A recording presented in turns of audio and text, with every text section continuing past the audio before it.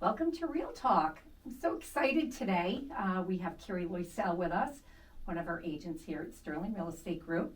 And Kerry, today you're going to be talking about what sellers need to do to get their homes ready on the market, right? Yeah, absolutely. I'm excited to be here. Welcome, Kerry. So let's start from the beginning. How long have you been in real estate and how did you get into real estate? So I've been in real estate for about 17 years. 13 of those years I've been here at Sterling. Very nice. I got started when I bought my house. I worked with a fantastic realtor at that time, and I just fell in love with the process.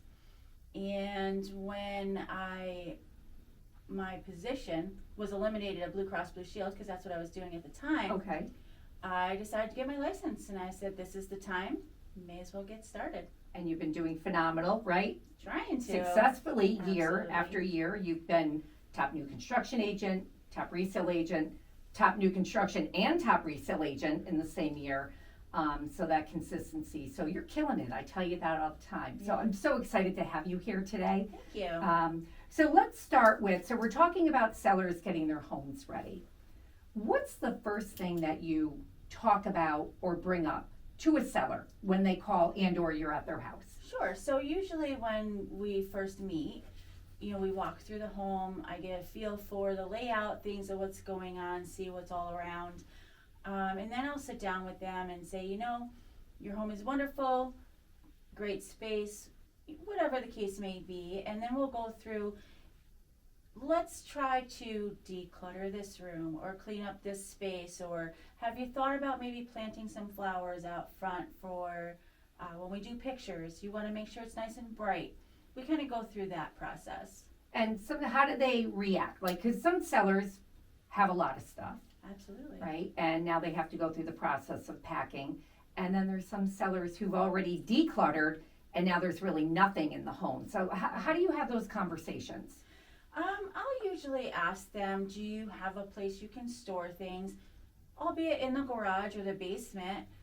When buyers are coming through and they see boxes, they see you're ready and prepared to move.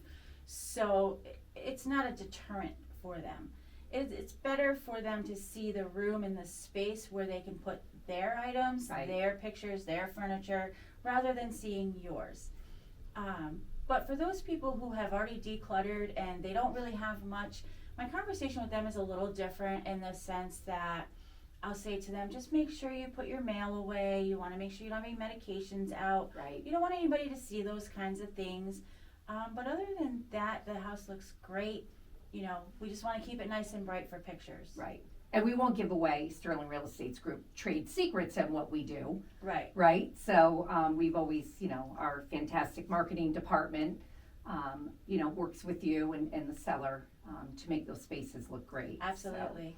So you mentioned earlier about planting flowers. So let's talk about curb appeal. Sure. Everyone is so focused on the inside of their house, but the curb appeal. Why is that important, and what are things that sellers can do that won't break the bank Sure. for the curb appeal? So let's face it, the first opinion you're going to make of a home is when you drive up to it. And with that being said, that presents curb appeal. So you want to make sure that at the very least, if there's any paint that's been chipping around your window frames or on your deck or your porch or whatever the case may be, you want to touch that up. You want to make it nice and bright. You want people to look at it and say, oh wow, this house looks wonderful. Flowers. Who doesn't love to see flowers? Right. Yeah. It just brings brightness and joy when you're walking into a home to see some kind of pop of color or just a really nice manicured, we'll say a bush or a hedge or something Right. like that. It just gives people a little bit more of a feel of home. Right. And that's what you want to present is Right. home. Feeling of home and pride of ownership, Absolutely. right? That they see, if the outside looks well maintained, we're under the assumption, The inside is that going to the be- inside Mhm. is well maintained. And cost effectively, quite honestly, you can go to a Walmart or a Target or someplace like that sells flowers for $4, $5, $3 Right. even, and put them in a nice little pot that you might have stored in your basement that you haven't used in Yeah, years. yeah, in 10 Pull it years. out. I'm Yep. gonna use it someday. Yep. Pull it out, clean it up, put your, inexpensive flowers in there. It just gives it a nice pop of Right. color. Right. And again, with like paint and things of that nature, you've painted at some point in time, so you probably have that extra paint sitting. Make sure it's good, first of all, because sometimes Yeah. paint does go bad. Mm-hmm. However, just reuse that paint. Don't go out and paint a new color. Just touch up and freshen up what you already have. Right. So we're talking about, budget friendly, right, for the landscaping. What are Sure. some budget friendly updates that a seller can do to, show the home in a better state? Sure. So, what are some things budget friendly? Yeah. Budget friendly, really, a gallon of paint is what, $20-$30. A fresh paint job in a room Mm-hmm. is definitely It goes a long way. goes a really long way. Yeah. And quite honestly, the paint today is such a quality that you could use 1 gallon paint and probably paint 2 rooms. Now you've Yeah. updated and freshened 2 rooms for $25. Right. And And a little bit of sweat. a little bit of Yeah. sweat, exactly. Some time. Really, you don't want to get too into over improving. Right. That is a mistake that some sellers Yeah. make. They'll go and spend a whole bunch of money over improving a lot of things, and come to find out that's not what buyers really want. Right. And now you're not going to recapture what you've Right. spent. Some don't. Yeah. Yeah. So you really just want to really tidy things up, clean real well. If you can paint a couple walls, great. Have your carpets cleaned. That's a big one. Yeah, you can Mhm. have Stanley Steamer come in, $100. They do your whole house. Yeah. They And even do that's- hardwood floors. They do. You're which right. is, yeah. And they clean your vents now too. Oh, that's right. Yeah, I don't know what the Which cost is for important. that is, but it is important. Dryer vent cleaning and yeah. We just Absolutely. went off on a tangent on that one, We but sure did. yeah, keep Sorry. in mind, folks, get your vents cleaned and your dryer vents. That's great. But yeah, those are really inexpensive ways that you can tidy up a home and get it ready for showings and for the new buyers. So I know we touched on earlier about paint. You don't have to go and change the paint color. We've both been in the business a long time. You walk into a house and there's different colors, right? Maybe a bright orange, or a pink from a little girl's room, or a different type of blue, whatever. Do you think, and I know the answer, but all of our listeners want to know, neutral colors, to invest, right, and paint those in a neutral color? It does go a long way, especially, so I have 3 daughters. You might have 3 sons. They Right. don't want to come into a pink, purple, and yellow room. Right. They're more up looking at gray or blue or whatever the case may Right. be. So if you go with a neutral color, Mm-hmm. people can then visualize what they would make it after they've moved in. Right now, they're looking at a clean slate, Right. and it's very visually better and helpful for them Yeah. to be able to place their Yeah. things. How many times have we heard it? I've painted the whole house and I made a few updates. I don't want to move now, Yes, right? Because they like everything. So Yes. that does happen. it does. You fall Um, back in love with your home yeah. once you've put a little sweat equity into it Yeah. and a couple dollars. So So when a seller says, Kerry, I was thinking about remodeling the bathroom, right? So maybe it's an old dated bathroom, maybe the cabinets are cracked. How do you approach that? I mean, bathroom remodels nowadays are very expensive. They Even are. if the seller is very handy, it can do it on their own, it's still gonna cost quite a bit of money. So Yeah. without having to gut the entire bathroom, what can they do budget friendly just to give it a little shine and updating? Really, I don't want to sound disrespectful to certain people in any way, but a really good scrubbing goes a Yeah. long ways. Yeah. You don't think about it, but underneath your vanity gets stuff in the grout or in the Yeah. floors or in your shower. It might be, maybe you have some soap build up or whatever the Right. case may be. But a really good cleaning, maybe a bottle of CLR and get rid of that lime Right. and build up vinegar, yeah. right, which Yeah. is great for, and in fact, a friend of mine who is notorious, she can clean dirty ground. I'm like, how do you do that? Yeah. And she said, don't use hydrogen peroxide that you buy in the drugstore. Go to a Home Depot or Lowe's and buy the hydrogen peroxide there. But wear gloves, because it'll, burn your hands. Different She, quality. because my bathroom, it was a gray grout, and she, was in there. She goes, I can get that clean. I go, we have tried everything. She goes, you haven't tried what I do. I was like, all right, take a crack at it. So I can't wait for her to come over. But she's like, that's what I do. Yeah. So. Yeah, really, it comes down to that. But again, maybe a fresh coat of paint. Maybe the vanity is savable, and you just change out the hardware. Yep. Or paint it. Or right. paint it. Yeah. Yeah, or both for that Yeah. matter. Maybe buy an inexpensive, updated faucet, as Good opposed point. Right. as yeah. opposed to going out and buying a whole new vanity and sink and faucet and, like you said, gut the whole bathroom. Right.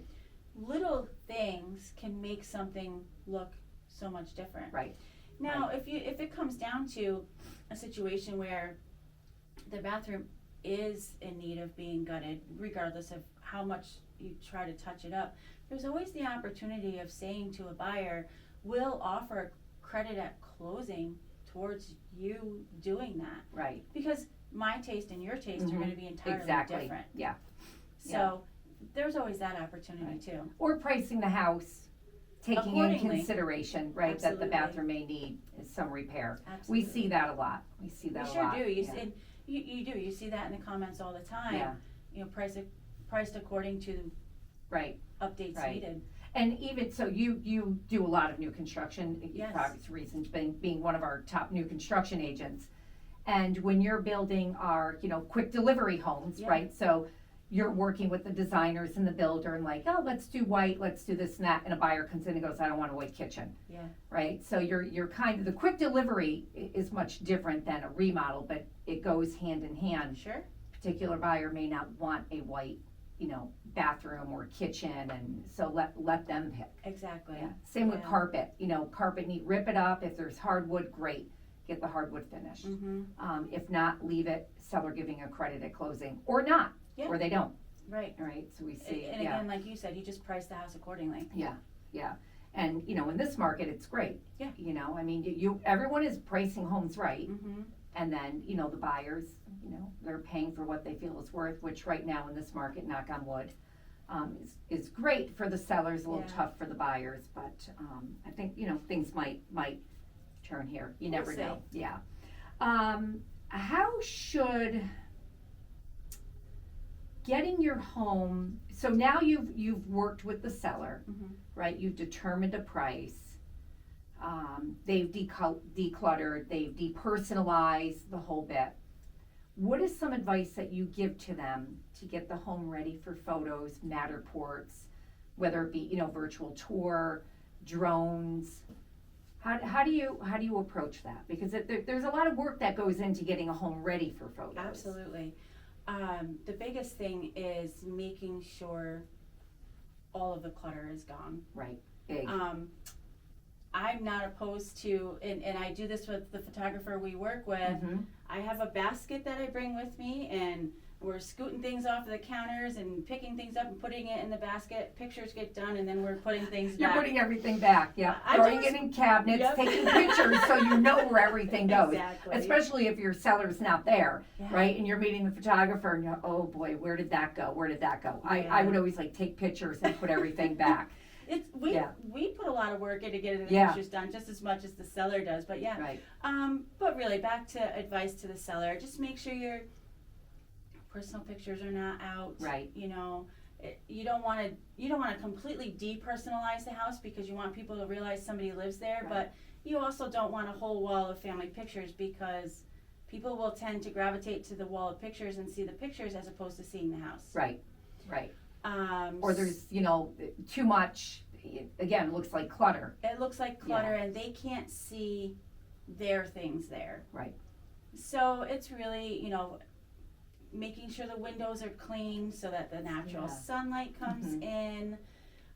Blinds are up, curtains are open, Yes. right? We want to make sure all of that kind of thing is bright and shiny as best as possible.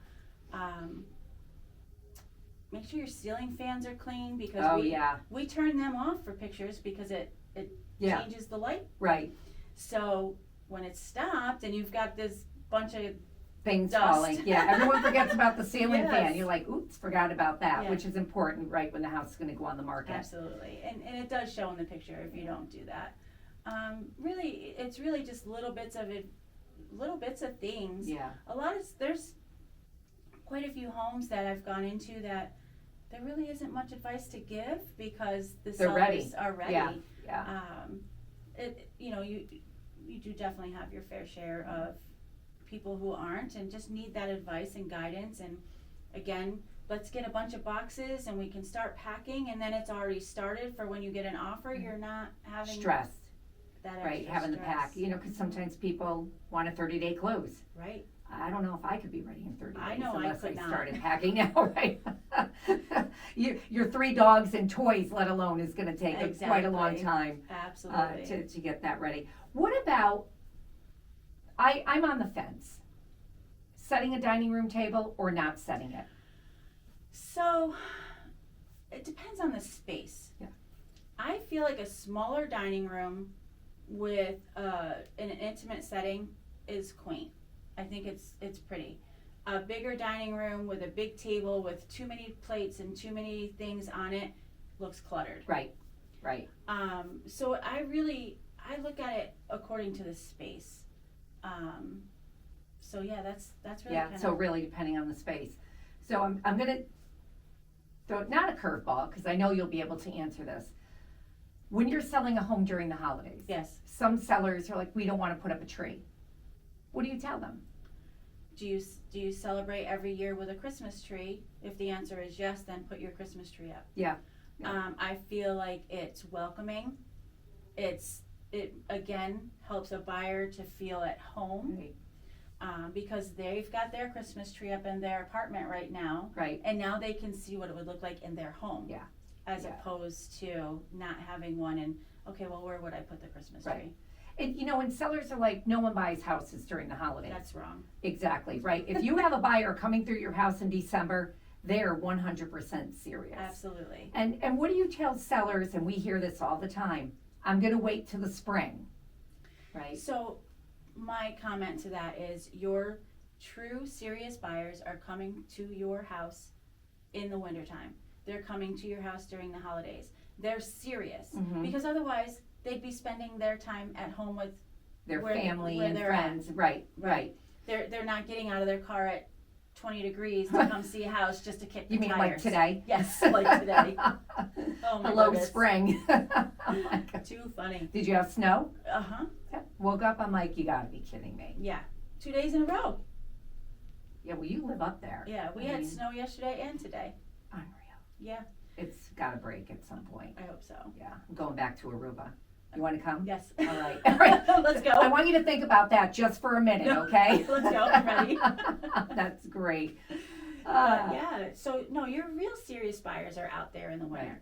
And the other thing too that I tell people, and correct me if you think I'm wrong, we're in an area where industry and schools and all those, they have transition people. And they tend to start coming in January Mm-hmm. because they're starting the new quarter in their new position in the new place. Right. So I feel like our area, especially in the wintertime, is one of the best times to sell because you are also Right. gaining those transition workers that are coming. And there's no inventory.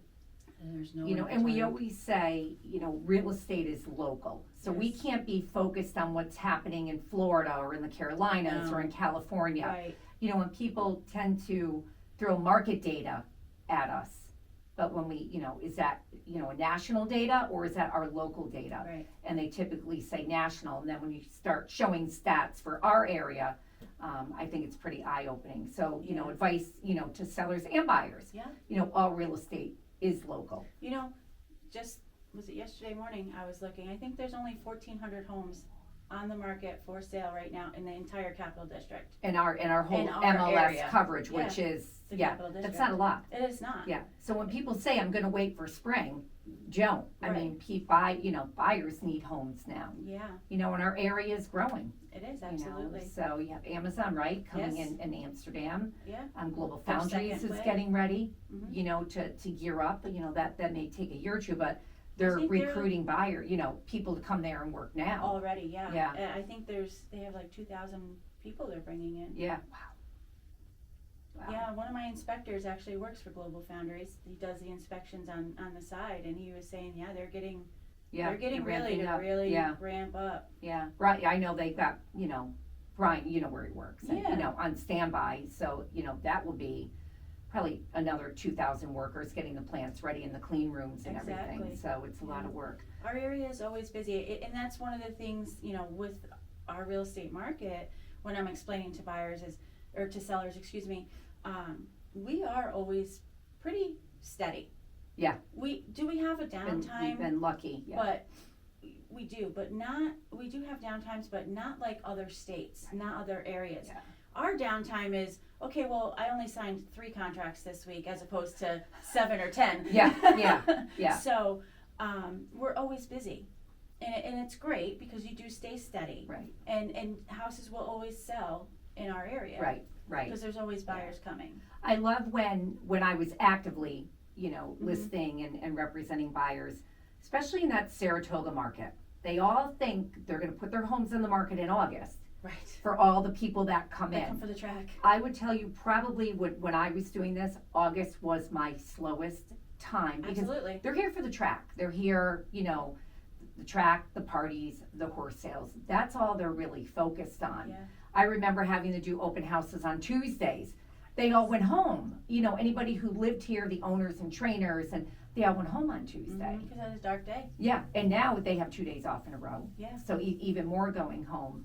So, that was always fun. I would always get busy towards the end of September, October. I was here in August. We want to look at buying a home here, second home, third home. Right. Really. So I would think August was my slowest time. But even here about August drops off a little, not a lot. Right. But For me, Yeah. and I don't always do the Saratoga market. I'm all over, as you Right. know, I'm all over the capital. July and August, yeah. Usually Yeah. by July, and I know I don't have anything to worry about. It's coming back Right. down, but in July I start panicking. Oh my goodness, we're Yeah. too slow, we're too slow. But instead of relaxing and enjoying my summer, right, yeah. But July and August are yeah. always slow here, and I feel like you're right. The end of September through, December-ish. Right. We're always busy. Right. We have a little downturn in January.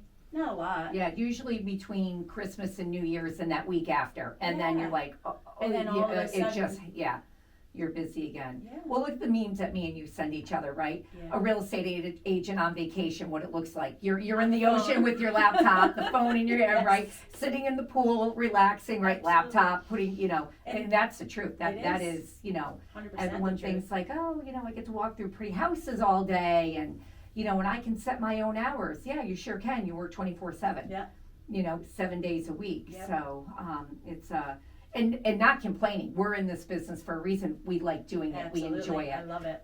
I know when you came in the office today, you had, I don't want to say a challenging week, but that's real estate. Right. Nothing is easy. And if we sit here and say it is easy, we would be 100% lying. Absolutely. But you're a professional. You get through it, right? Yep. Tomorrow's another day. Yep. Tomorrow's another day. 5 o'clock somewhere. Yes. So let me ask you a question about Sure. you. Do you recommend sellers getting a pre-home inspection? I never used to. But recently I have started recommending for certain properties. Okay. For example, I had a very large estate property in Melrose. Oh, I remember that. Yeah. And my seller, she was very tight on where she could be. So in order to know potentially Right. what might come about, we did a pre-listing inspection. So she already knew what to expect. The challenges, right? Yes, and we were prepared for that. And it actually, when we got the offer and accepted it, it made it an easier conversation because she already knew what to expect coming Right. with the buyer's Right. inspections. So it made it easier. And some sellers are able to actually fix some of those items Right, ahead of time. And Right. Yeah. So there are no surprises. exactly. But really, I just think a lot of it comes down to the property. we see so many homes Right. that Mhm. when you walk into one that's been meticulously maintained, Right. you know that. Yeah. As opposed to one who you walk Maybe in. a little bit older house. Yeah, it's a little bit older. Maybe it hasn't been as well maintained. Maybe the cellars are aging and they just can't. Those things. Those are type of people that I would recommend. Right. Just so that Yeah. again, there's no surprises. Mm-hmm.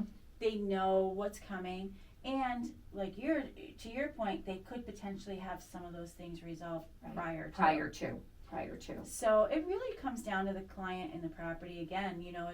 It's just being a professional and knowing what you're looking at Right. to Yeah. be able to recommend those Yeah. things. And that's the key word of professional, Mhm. right? So,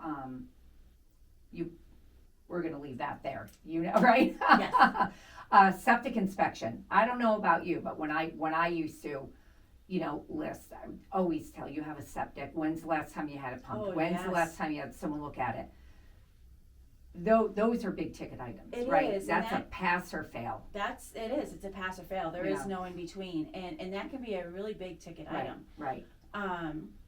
So the And important. that's a surprise. I mean, what? Absolutely. Yeah. Most septic companies do a minor inspection every time they pump. Right. But they don't do a full inspection. And then to your point, when was the last time you had it pumped? Maybe let's get it done and have them inspect it now. Inspect it prior to. Yeah, and Right. then we can that could be a benefit to a buyer to say, oh look, the inspection's already been done And pumped. and it's The tank pumped. is pumped. I don't have to worry about doing that. Right. It's an expensive inspection. Yeah. It could be $500 or more, depending Yeah, on. depending when's the last time you had it pumped, Exactly, or when's the last time you had your septic pumped Yeah. and pumped and they don't know, right? and then it comes into, oh, well, the baffle is bad, or you have a bad leach field, or whatever your the tank case. is cracked. Your tank Yeah, is cracked, yeah. I recently had buyers buy a home that had to have the whole septic system replaced, and that was a $25,000 hit Yeah. to the budget. Yeah, and yeah, So, and they did the septic inspection, they knew, yeah, so you were representing the buyer, yes, and right, because some buyers like, we don't need a septic Oh, yes, inspection. you do. You do, everyone. yeah, I actually was speaking with another one of our agents this morning who was telling me about a property she showed. Yeah. And I know the area because I've sold homes there. And I said, the first thing you need to do is get that septic looked at, because every house that I've sold out there, they've not been to code. They're not the right size. ooh, So that's the Okay, other thing yeah, that could come up. yeah. Depending on the age of the house. and the number of bedrooms, right? Yeah, And let's face it, if you're buying a house that was built in, we'll say early 1900s, Mhm. how many additions have been added onto that house that have never been accommodated in the septic? To the septic, yeah, So now you're working on a 500-gallon